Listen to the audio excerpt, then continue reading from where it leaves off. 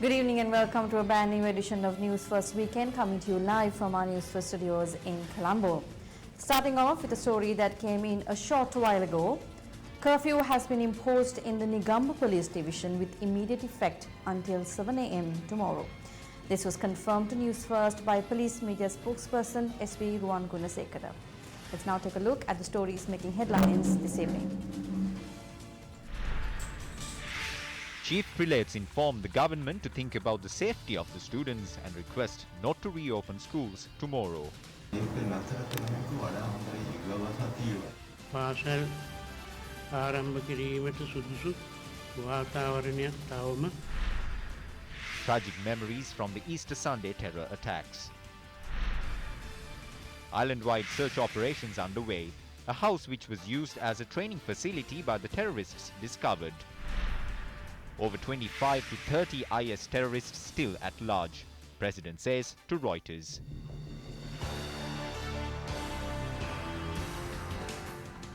And now the stories in detail.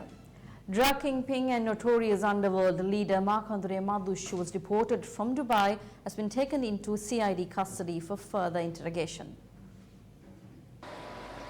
Following his arrival in the island, Marandre Madhu was taken into the custody of the CID around 5 this morning at the Katunayaka Bandaranaike International Airport.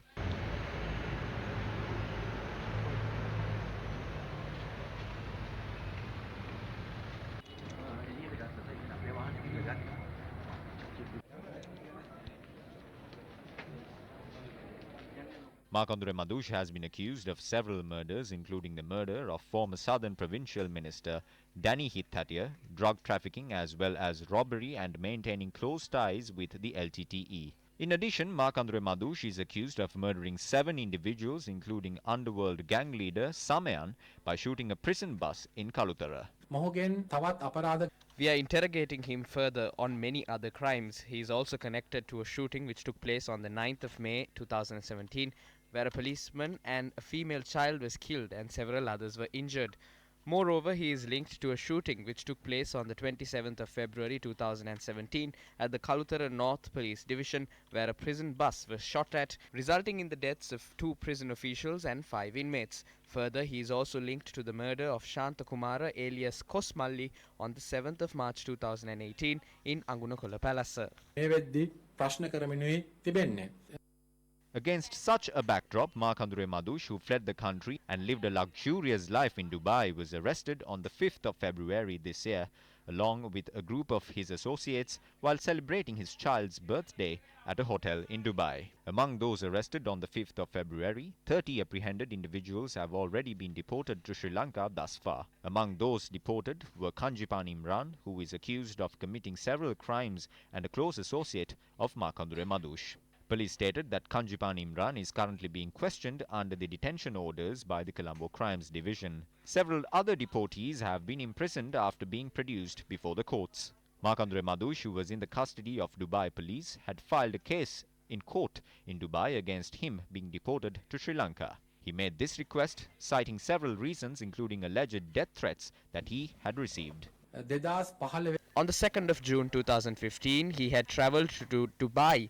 He had travelled to Dubai using a forged passport. His name in that forged passport was mentioned as Varnakula Surya Ajit Aranga. Therefore, in addition to the probes which are being conducted on the murders and shootings, the CID is also investigating this particular issue of him utilising a forged passport to travel overseas. A fortnight after the Easter Sunday tragedy, Sri Lanka Reminiscence, the events that shocked an entire nation.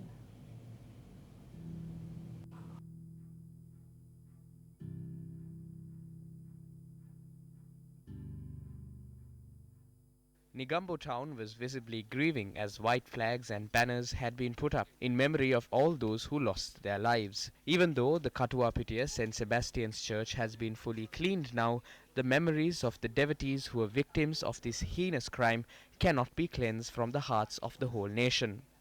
The sorrow of the people can be felt in each household in Katuapitiya, as most of these homes and families have lost more than one person who they held dear. This house, located in Kadirana Negombo, was opened today for the almsgiving to be carried out. but it will be closed tomorrow as no one in the house survived the bomb that went off inside the St. Sebastian's Church on Easter Sunday morning. Rangana Fernando and Danadari Kurupuarachi left for the Easter Sunday Mass in Katuwapitiya with their 3 children in 2 separate motor vehicles. They had done this as they took their maid to church along with the family. Even though they travelled separately, all of them were sitting together on one bench before taking part in the Holy Mass. Sometimes I think what happened to my sister's family is better than what happened to so many other families. If we take a look at some families, all the children have died and the parents have survived, or the parents have died and the children have survived, or only the grandparents have survived and all the others have died. Here the whole family was killed in the attack. It is terrible, but I feel it is good in a way because if anyone had survived this, that person would grieve for life. Rangana, Danadari, their 6-year-old daughter Fabiola, 3-year-old daughter Leona and their son Seth, who left home in vehicles, came back in sealed coffins. Little Seth was to celebrate his 1-year birthday tomorrow.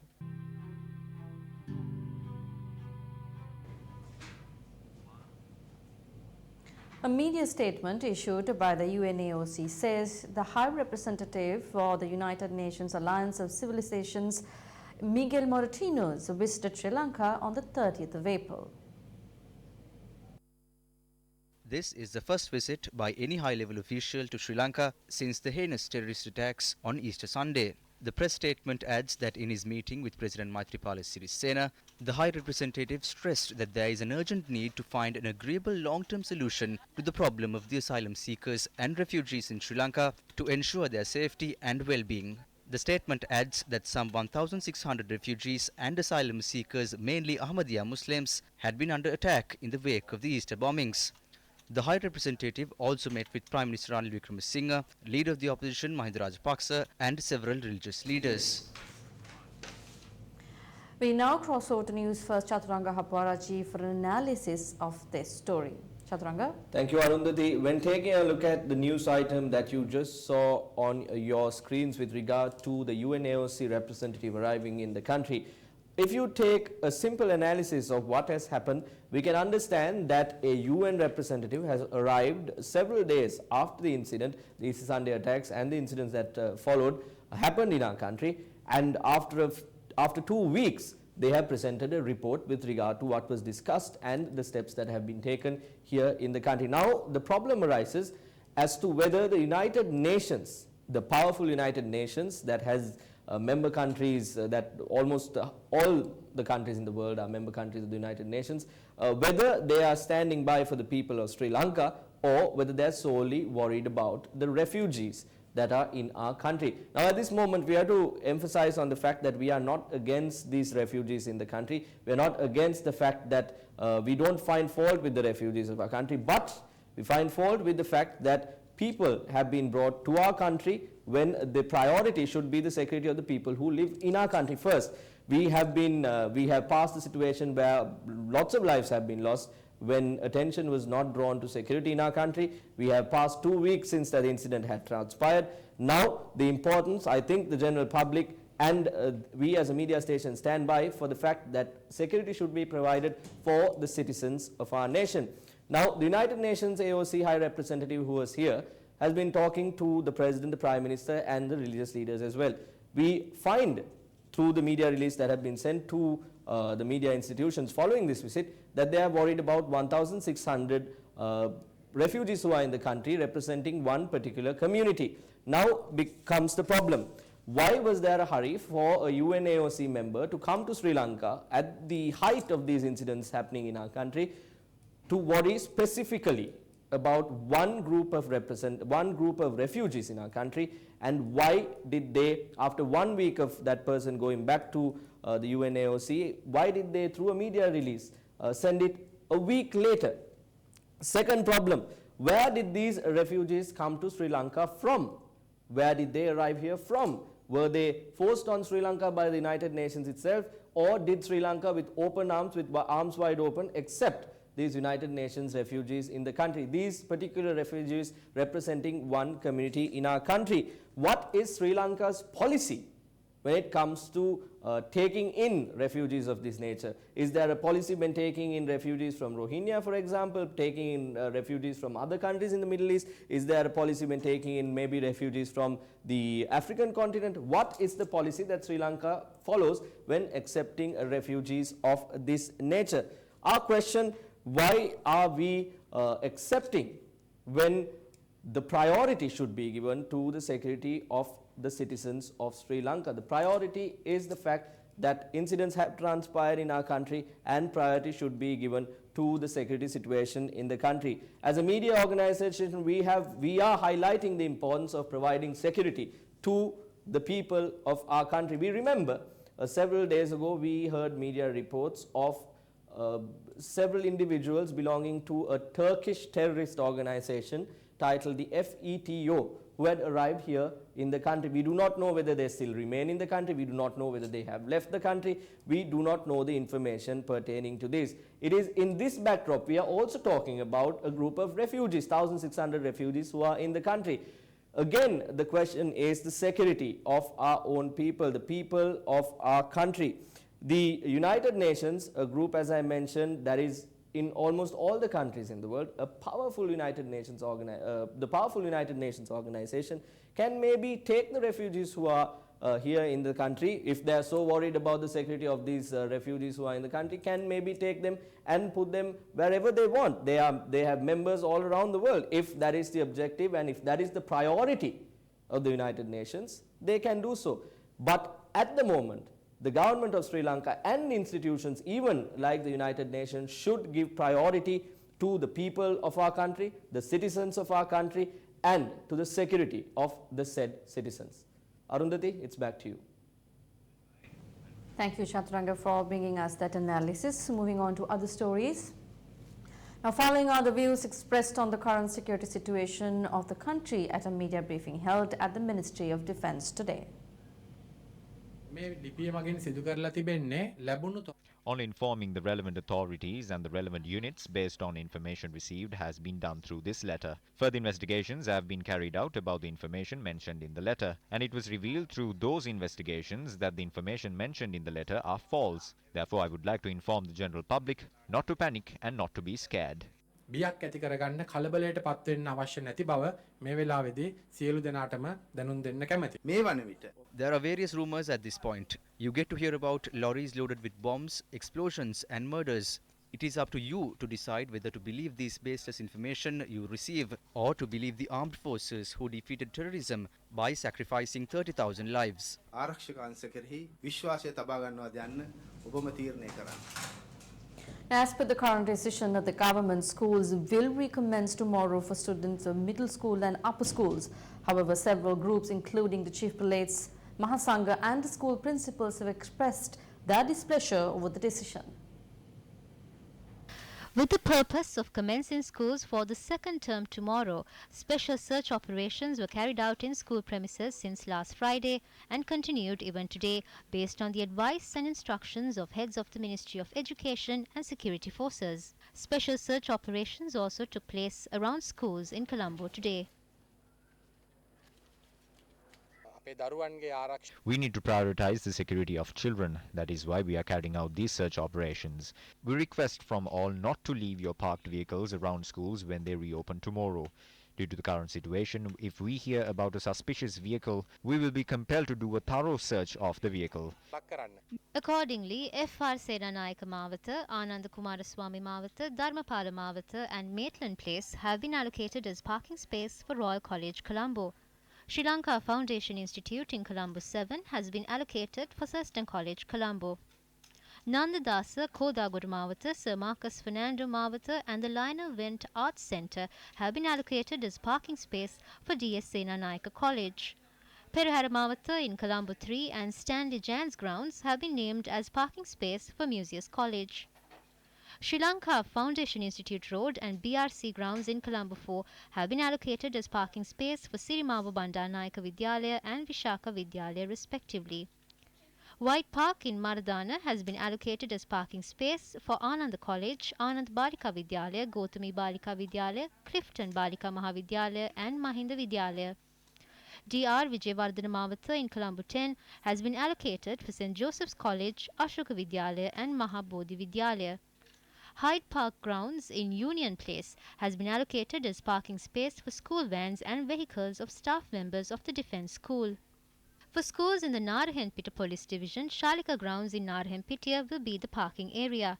Meanwhile, Campbell grounds in Boralla has been allocated for the schools in the Boralla Police Division. Despite the decision taken by the Education Ministry and government authorities to reopen schools tomorrow, principals and teachers unions expressed the following views. අපේ රටේ ආරක්ෂක අංශ විසින් Schools should be reopened only after the country's security forces guarantee the security of the students and schools. The new circular issued on the 24th by the Ministry of Education transfers the responsibility of providing security to the principals and teachers, parents and past pupils. For Akila Viraj, the value of a child's life is 200,000 rupees. ජීවිතේ වටින්නේ ලක්ෂ 2යි. The Mahanayaka Theros, including the Mahasangaratna, made this request from the government. ගුරුවරු ඒ වගේම Parents, teachers as well as many other groups say that the country is still not in a suitable condition to reopen schools. Against such a backdrop, parents are afraid to send their children to school. Therefore, we request the Minister of Education and all responsible authorities to delay the commencement of schools by a few weeks and to reopen all schools at once. ආරම්භ කරනවා නම් හොඳයි කියලා. ශාලා පටන් ගන්න යනවා කියලා හිත ඒකේ බොහොම විරෝධතාවයක් තියෙනවා. ඒ ගැන හිතලා වැඩ කටයුතු කරන්න ඕන කියලා තමයි අපේ යෝජනාවත් අපි මැතිතුමාට කල්තියම මතක් කරොත් මොකෝකියම මේ ගිහින් තමයි පාඨශාලාවලට එවන්න නැති එකක් තියෙනවා. ඒකට මේ නියෝගයත් ඇතුළට ඒ නිසා ඒක නතර කරන එක වඩා හොඳයි. ඒ වගේම විහාරස්ථානවල පිරිවෙන් හෙට දවසේ විවෘත කිරීමට අපේක්ෂා කරනවා. All pirivens are to be reopened tomorrow. What security has been provided for the pirivens? We are hoping to recommence Buddhist Sunday schools from next week onwards. We are told to close them. We have not been provided with any security. By reopening Buddhist schools while other schools are closed, we might be calling for disaster.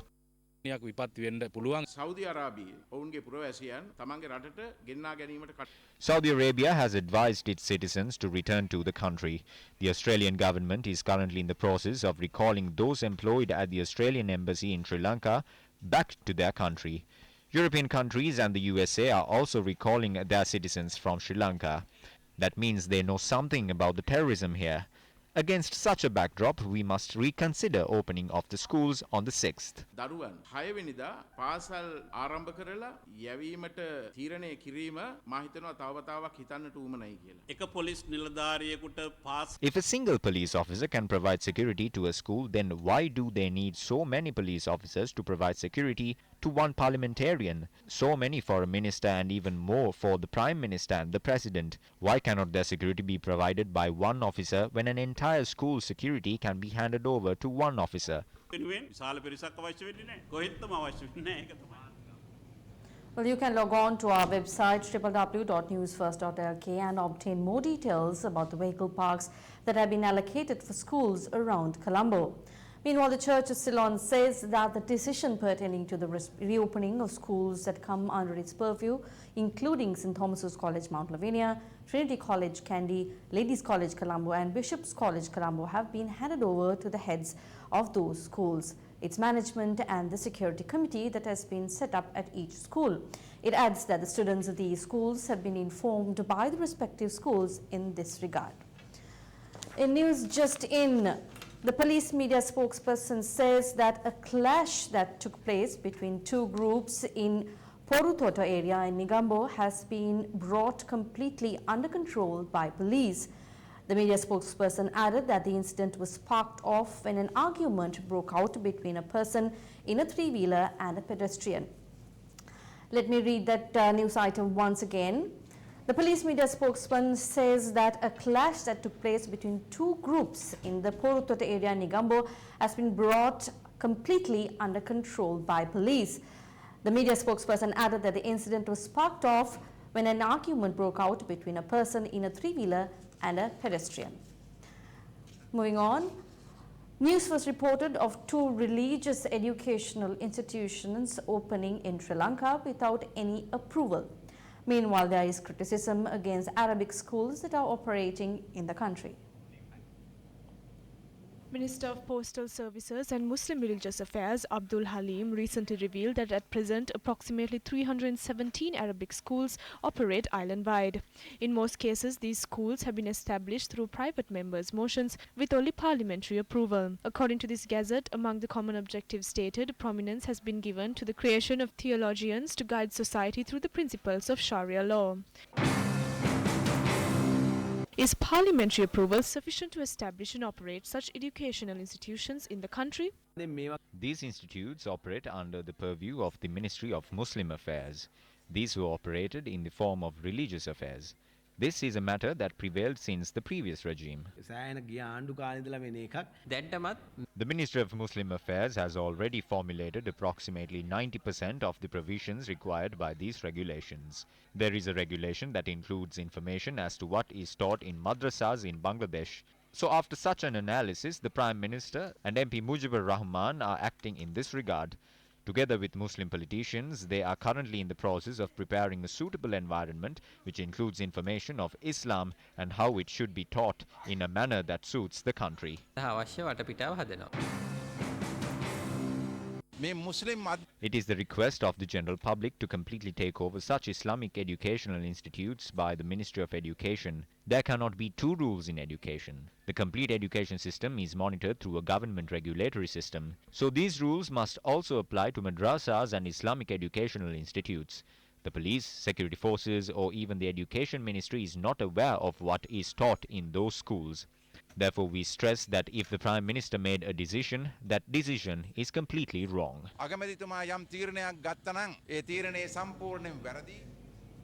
Deputy Leader of the United National Party, Minister Sajid Premadasa, has written an open letter titled "How to Respond to an Assault on Humanity." In this letter, Minister Premadasa writes of his father's demise at the hands of a suicide bomber in 1993 and says, quote, "Every moment I have cherished or battle I have won has been hollowed by my father's absence," unquote. Writing about the Easter Sunday attacks, Minister Sajid Premadasa says, Cardinal Malcolm Ranjit took the lead, rising to the occasion and preventing retaliatory violence by expressing the solidarity with the Muslim community. He and local Muslim leaders made crystal clear that there is nothing Islamic about the Islamic State. Minister Premadasa adds, quote, "The living will judge us by how we avenge the dead and how we honor them. It is essential that we assist those who lost loved ones and care for the injured," unquote. He adds, Sri Lanka's military and police have never failed us in a crisis. Minister Premadasa says, quote, "To those who ask how they can help Sri Lanka, my request is plain. Terrorize the terrorists. They want you to be afraid of Muslims, afraid of entering churches, temples and hotels, and afraid of countries struck by terror. Deny them your fear.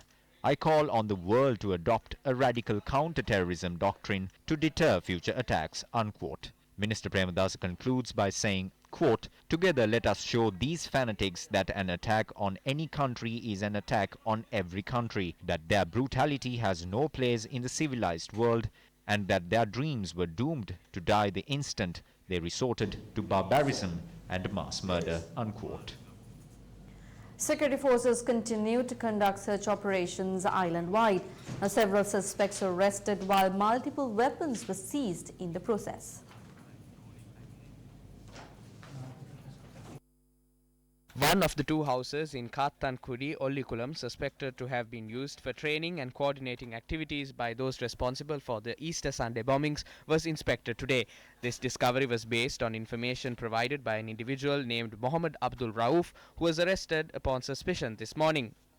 Police stated that Mohammed Qasim Mohammed Rilwan, the suspect who exploded himself in Marandre Madhu, had resided in this house. It was revealed that this house belongs to a suspect involved in the murder of two policemen in Vaunathu. A stock of explosives and chemical substances were discovered from the three-story residence. It was also revealed that the water tank stand on the rooftop of the building was used to observe the surrounding areas.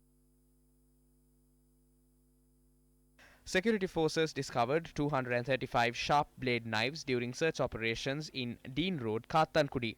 Police stated that the stock of knives were packed in 2 containers and thrown into a stream of water. While inspecting a shop located at the Ilukchena junction on the Ampara Akkarepattu main road, security forces arrested 3 individuals upon suspicion. 24 T-56 bullets, 7 rifle bullets, 2 bullet shells, 3 detonators and multiple sets of military attire were discovered. 3 individuals suspected to have connections with the now banned National Tawheed Jamaat organization were arrested in Uddatalavinna, Kandy. Police stated that a stock of T-56 bullets in possession of the suspects were discovered. When interrogating the suspects, it was revealed that another stock of T-56 bullets was thrown into a marshy land in Navealatanna near the Polgolo reservoir. Subsequently, security forces launched a search operation in the respective area and discovered multiple CDs containing Islamic extremist speech. After inspecting a suspicious man in Thorapala on the Ambilipitiya Middaniya road, security forces arrested 2 individuals. It was revealed that the respective van was obtained on a rental basis from Katuwapitiya, and the apprehended individuals are residents of Saindamaradu and Kalmune. Their mobile phones also included multiple videos containing Islamic extremist speech. The suspects were produced before the Ambilipitiya magistrate and were remanded till tomorrow. Based on information received by the Kohuwala police, security forces arrested 2 suspects and seized an air rifle, 2 laptops, a computer central processing unit, 5 mobiles and 2 iPads while inspecting a 2-story house in Greenpath Avenue, Kohuwala. The army inspected a building belonging to the now banned National Tawheed Jamaat organization in Ipalogama, Dennava last evening. The army seized multiple documents during the inspection. During search operations in the Valimada town, the Valimada police, together with the Air Force, arrested 6 suspicious individuals who failed to verify their identity. A suspicious individual clad in clothing similar to military attire was arrested near a shrine in Shilau. Following a tip-off received from locals, 2 individuals who were acting in a suspicious manner adjacent to the Madampe town was arrested by security forces. Police stated that these individuals had arrived from Ratnayakapura, Kurunagala. You're with the News First Weekend Primetime News. Moving on to other local stories, parliamentarian Faisal Mustafa convened a media briefing in Colombo today. ක්‍රුරු ත්‍රස්තවාදීන් විනාශ කරන්න කියන මුංග විනාශ කරන්න ඕනේ. විශේෂයෙන් මුස්ලිම් ප්‍රජාව මේ සම්බන්ධ විශාල සහයෝගයක් දෙනවා. අපි සියලු දේ එකතු වෙලා මුංග විනාශ කරලා දානකම් මේ රටේ ඉදිරි ගමනක් නැහැ. අපේ උලමවරු කිව්වා මුන්ට අපේ සුසාන භූමිය වලට වලලන්න දෙන්න එපා බෑ කියලා. ඒකෙන් පේන අපේ මුස්ලිම් සමාජය මුන්ට විරුද්ධව තියෙන ක්‍රෝධය වෛරය මුන් කරපු ක්‍රියාවක් පිළිකුල් කළ යුතු කිසි අපි ප්‍රතික්ෂේප කරනවා හේතුව අපි මුන්ව මුස්ලිම් ජාතිකයන් හැටියට පිළිගන්නේ නැහැ මුන්ව විනාශ කළා දාන්න මම විශ්වාස කරනවා සියලුම මුස්ලිම් ජාතිකයන් මුන්ව විනාශ කරන්න සහයෝගය දිය යුතුයි අපි ත්‍රස්තවාදීන් නෙවෙයි අපි සාමකාමී ජන කොටසක් මේ අතොලස්සක් කරපු දෙයින් අපේ සමාජය කොන් කරන්න එපා අපි ත්‍රස්තවාදයට විරුද්ධයි අපි සාමකාමී ජන කොටසක්. President Maithripala Sirisena says that he would restore stability in the country before a presidential election due by year end. He expressed these views during an interview with Reuters. Elections cannot be postponed. Therefore, before holding the election, I will bring about stability and I will eradicate terrorism.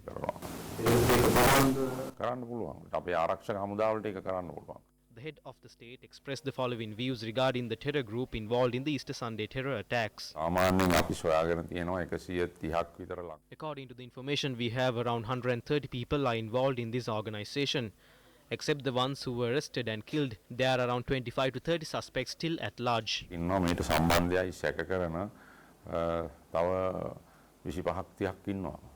ISIS link ගැන ජනාධිපතිතුමාට මොකක්ද කියන්න තියෙන්නේ මොන හරි confirmation එකක් තියනවාද පිටරටින් training හම්බුණාද කියලා නෑ ඒක ඉතාලම පැහැදිලි මොකද It's crystal clear because after the attacks the Islamic State organization made an announcement claiming responsibility for the April 21st attacks. Also, after the incident in Samanture, the leader of the Islamic State came out for the first time after 4 years and claimed responsibility for the bombings. The intelligence agencies have found that they have recruited Sri Lankans for the organization from 15 years back. They have also gone abroad for training, but we didn't get information that they were involved in terrorist activities or belong to a terrorist organization. If we had that kind of information, we could have arrested them.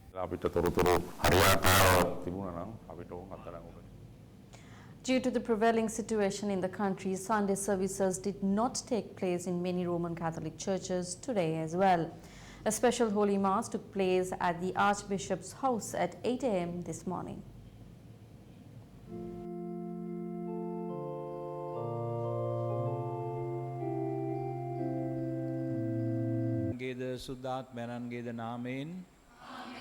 The special Holy Mass is presided over by the Archbishop of Colombo, His Eminence Malcolm Cardinal Ranjit, with the participation of several Catholic priests. Our brothers and sisters of all three churches have an amazing love and devotion towards God. We are in search of perfection in this spiritual life. If our lives contain no religious vision and belief in God, our lives get trapped in temporary worldly affairs. The great philosopher Karl Marx wrote a book named Das Kapital. In his book, he says religion is like opium. However, is this true? When humans use religion to engage in wrongdoings, it is opium. When someone explodes himself, claiming that it's in the name of God, is that religion? No, it is not religion. Meanwhile, Sunday services in several churches took place amid heavy security.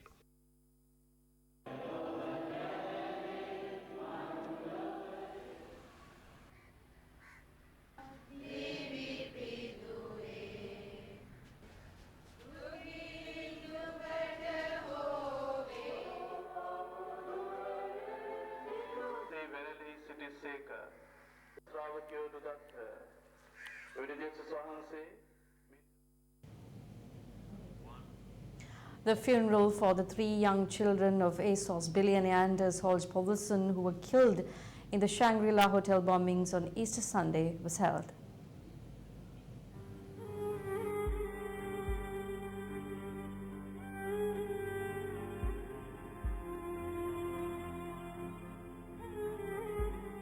Anders Paulson is the richest man of Denmark and the largest private landowner in the UK.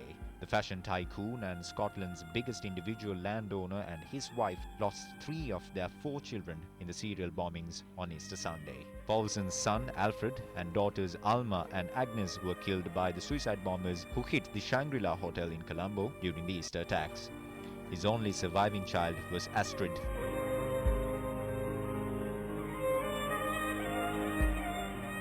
Foreign media also reported that the funeral was attended by members of Denmark's royal family and the country's prime minister.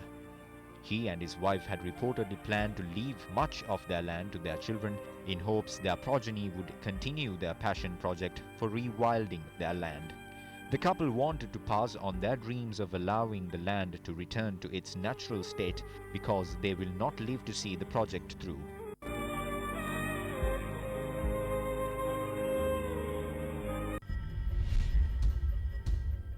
We have received information that a certain group are spreading false news items using our brand name Newsfirst. We urge the general public not to be misled by false news items of this nature. Politicians, including MLAM Hizbullah, who are widely accused of being linked to the incidents that took place in the country recently, are reportedly behind these shameful acts of misleading the general public. We as a network stand to uphold the people's right to know.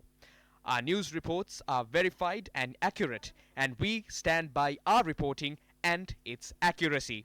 We reiterate that News First can only be accessed on our media platforms and on our verified digital media platforms. We therefore once again urge the general public not to be misled by false news items that are being shared carrying the News First branding. It should also be noted that the people who carry out these shameful acts are a cancer and a shame to their own communities. The truth will prevail. We report, you decide. And with that, we wrap up tonight's edition of Weekend Primetime News. Thank you very much for joining us. Good night.